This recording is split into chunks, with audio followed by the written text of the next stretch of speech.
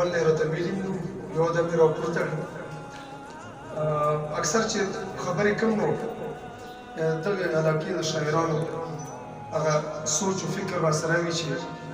ډېر وخت تېر شو خو اوسه پورې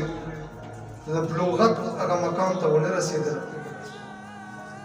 چې کوم محفل ته تګ وي د کوم مقصد دپاره دی او دغه خلک چې دغسې دستوري تابع کوي نو د دغه مقصد څه وي د دغه شخصیت په حوالې سره مقالې مو شوي او دوو شاعرانو صرف په ده باندې څه لیکل کړي وو حالانکې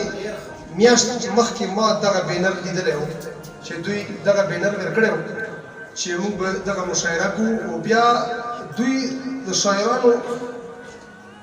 په دغه موضوع مو سره خبرې نه کړي خو شاعرانو ته مې کتلي چې دا انتهایي زیات وس نه لري نو په دغه وجه باندې د شلمان په ځای باندې دلته په بین الاقوامي یعنې په جرنیلي سړک په غاړه باندې حاجي رسول ګل حاجي په اجرا کې ورته دغه مشاعره تابع کړو چې تاوان یې ونه شي په اسانۍ سره دلته راشي خو د بدقسمتۍ باوجود چې څومره هغه ریلیکسیشن تاسو ته دوی پیدا کړو دومره شاعرانو پرې هغه لیکل نه وکړي نو زه یم چې داسې محفلونه چې وي او دغه شاعران کوم د مقصد دپاره خلک غواړي نو همدغه مقصد دپاره یې غواړي چې دا راشي او په دغه ارواحات عبدالوهاب نورالوهاب هغه باندې شخصیت باندې خبرې وکړي د مقالو په صورت کې خو پرې ډېرې خبرې کېدی شي ما خو سره ډېر د عمر نه یو تعلق دغه پاتې و او بیا چې کله د مرګ نه مخکې 3-4-5 ورځې مخکې صابر شاه صابر یو نوی کتاب چاپ کړی و او ده ویله په پېښور کې ورغلو چې ته دله په خپل لاس باندې دا کتاب درکړه نو بیا دی پریس کلب ته راغی په پریس کلب کې ماله هغه کتاب راکړو په هغه وخت سره ما د سوشل میډیا کمال دا دی چې هغه تصویر مو سره وخت هغه تصویر اوس هم په سوشل میډیا باندې وایرل دی او بیا چې کله دغه ناڅاپه واقعه وشوه نو په هغه کې بیا ډېرو خلکو مطلب چې هغه دواګانې قدر ورته وکړي مطلب مې دا دی چې په داسې محفلونو کې دا مخصوصه مشاعره وي دا څه د واده یا څه بل شي مشاعره نه دا مطلب چې د شخصیت په حوالې سره وانه چونکې تاسو له پکار دي چې سبا له به تاسو دغه ورځ نه مقرره تاسو کې به څوک وفات شوی بیا به تاسو کې چې څوک وفات وي بس ډایرکټ په تاله رادرومي خپل شعرونه بیا یې خدای دې کړي چې دا غم واقعیات وي دی به پکې د عشق دغه نه کار نو مطلب مې دا دی چې که تاسو چېرته لږه خواري په ځان باندې تېره کړې وئ او د نورالوهاب انګار صاحب په شخصیت باندې یو دوه بیتونه لیکلي وئ نو نن به دغه محفل هم بدل وئ او بیا مطلب چې سبا له تاسو دا توقع ساتلی شوی چې په موږ باندې به همدغسې لیکل کېږي او دغه لیکل بیا داسې کوي دومره تکړه تکړه خلک شته داسې یو دور را روان دی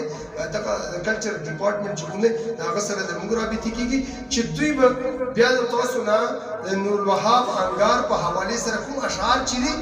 دا به یې اخیستي وی او د صابر شاه صابر صاحب چونکې د پېښور کې نږدې دی دغو ادارو سره ډېر بلد دی هغه له به یو کتابي شکل درکړی هغه له به یو کتابي شکل درکړی وی چې د نورالوهاب چې کوم د پسمانده علاقې شلمان سره تعلق و نو هغه دومره خیالات او دومره ژور شخصیت و چې په هغه شخصیت باندې دغو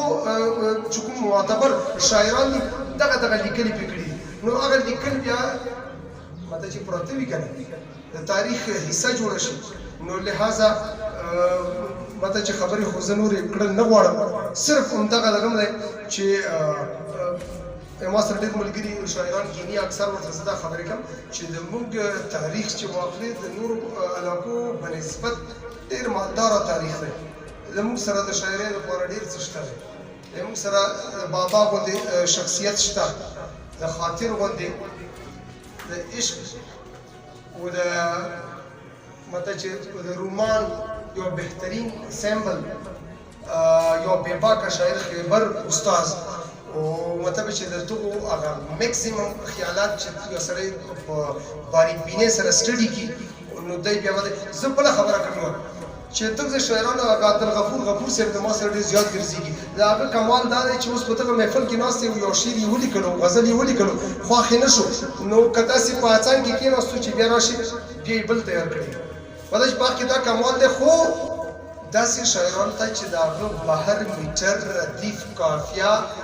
هر څه برابر دي هغه ته صرف د معلوماتو ضرورت دی چې هغه معلومات ترلاسه کړي ځکه چې د نور هنر خو ته زده کړه نو تاسو له دغه هنر زده تاسو د نورالوهاب انګار صاحب